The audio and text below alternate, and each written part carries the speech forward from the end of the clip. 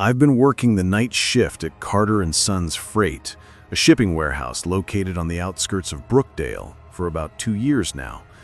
My job's simple: count inventory, check shipments, make sure everything that comes in or goes out matches the system records. Most nights, I work alone. Every once in a while, a coworker shares the shift, but more often than not, it's just me. The hum of the fluorescent lights and the occasional clatter of metal crates echoing down the aisles. That night started like any other. I clocked in around 10 p.m., met my manager, Mr. Harris, at the gate, and watched him lock the front entrance before heading out. After that, the building was mine. About an hour into my shift, as I was counting pallets near the loading area, I noticed one of the back doors was slightly open, just cracked, the metal latch not quite clicking into place. It was one of those side access doors that truckers use during the day. When I opened it, the cool night air hit me. The lot outside was completely still, just the faint orange glow of the streetlights stretching across the asphalt. No trucks, no movement. I figured Mr. Harris had probably forgotten to lock it. I didn't have a key for those doors, so there wasn't much I could do. I shut it tight and went back to work. Half an hour later, I was halfway down one of the long aisles when something caught the corner of my eye, a blur of movement at the far end of the aisle. I froze and looked up. Nothing. It looked, for just a second, like someone running past the opening at the end of the aisle. My chest tightened, but I brushed it off. I'd been working long hours lately. Maybe I was just tired. Still, the image nagged at me. A few minutes passed before I decided to check it out. I walked toward the back section, an area I rarely went to. It was dimly lit, filled with large pallets wrapped in plastic and ready to ship. The further I walked, the darker it got. My footsteps echoed down the concrete floor. I peered into the shadows for a few seconds. Nothing. Just stacks of boxes and the distant hum of the cooling vents. I turned around and went back to my section, shaking my head. But after that, I couldn't shake a heavy, tired feeling, like the adrenaline had suddenly drained out of me. My eyelids felt heavier. I decided I'd finish this aisle and take a quick break. Then, out of nowhere, something moved again. That same flicker of motion in my peripheral vision. I turned instantly. This time, I could swear I saw it. A figure peeking out from behind a corner at the end of the hallway. My body went cold. I dropped my clipboard and ran down the aisle.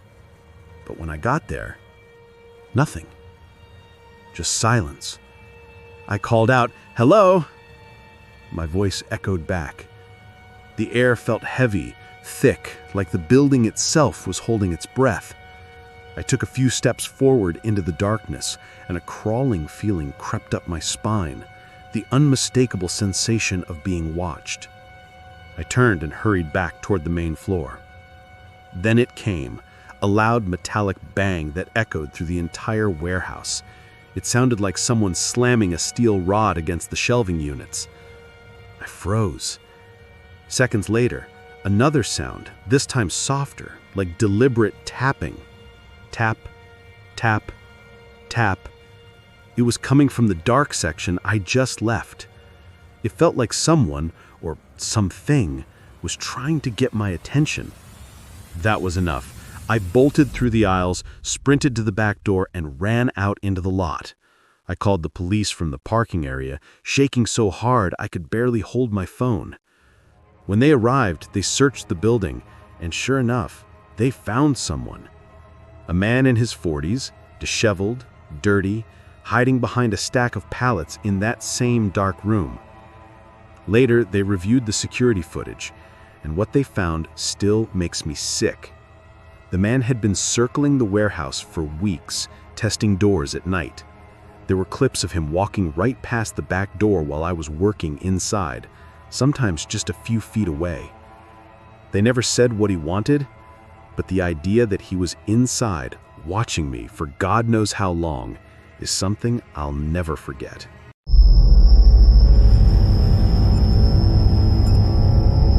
When I was in college, I helped my parents run their 24-hour laundromat, Spark and Spin, on the quiet side of Riverbend town. The place was old, humming machines, flickering lights, and that faint smell of detergent soaked into the walls. It wasn't glamorous, but it was family-owned, and I was proud to help. I worked Friday overnights from 10 p.m. to 6 a.m. My dad would leave snacks and remind me to call if anything seemed off. Most nights were dull. By midnight, the last customers were gone, and the steady drone of the dryers became the only sound. That night, around 12:15, the door chime jingled. A man walked in. He didn't have a laundry basket, bag, or even a single item of clothing with him. Just a black hoodie pulled over his head and his hands buried in the pockets. I greeted him. "Hey there, how can I help you?" But he didn't respond. He just slowly walked between the rows of washers, glancing around without touching anything. Then, as quietly as he entered, he turned around and walked out. I watched him through the glass as he crossed the empty parking lot. No car, no bike. He just walked into the darkness until he disappeared. It was strange, sure, but he hadn't done anything illegal. Still, being alone in that big, echoey place, I couldn't shake how wrong it felt. I started cleaning the counters to distract myself.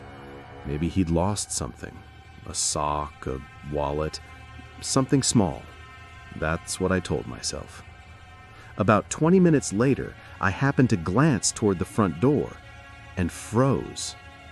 The man was back, standing right outside the glass doors. He wasn't moving, just watching. At first, I didn't even realize it was him. His black hoodie blended into the night. But when my eyes adjusted, I saw his face pale against the dark. The second he noticed me looking, he turned and walked away. I rushed to the window, but he was already gone. That's when the panic started to set in. Something about the way he moved, calm, deliberate, made it clear he wasn't just wandering around. I thought about calling my dad, but didn't want to seem paranoid. I stayed behind the counter, scrolling my phone and glancing at the door every few minutes. An hour later, the quiet broke again, this time from the back of the building. It sounded like shuffling, someone moving boxes, maybe knocking something over. I turned toward the hallway leading to the storage room. The sound stopped, then started again, softer this time, like whoever it was knew I was listening. I felt my heart slam in my chest. I walked slowly toward the front door, thinking I could slip out, but when I pushed, the door wouldn't budge. It was stuck. I looked down and saw something looped around the outside handles, a rope or cord of some kind, tied tightly. My stomach dropped. That's what he was doing earlier. He'd been tying me in. My only other exit was through the back, the same direction the noise was coming from. I crept down the hallway, heart pounding so hard it made my vision blur. The storage door was cracked open. Through it, I saw him, crouched by the shelves, his back turned, rummaging through boxes. I didn't hesitate. I ran straight for the back exit, slammed into it, and pulled. It was partially tied too, but the knot wasn't strong enough. The door burst open, and I stumbled out into the cold. I didn't stop running until I was across the street, gasping, staring back at the laundromat. Moments later, the man came out, but instead of chasing me, he turned and sprinted down the road, vanishing into the night. The police searched the area, but he was long gone. Later, I realized how close I came to being trapped, completely alone, locked inside with him. Now, every time I see someone walk into a quiet shop after midnight, I wonder what their real reason might be.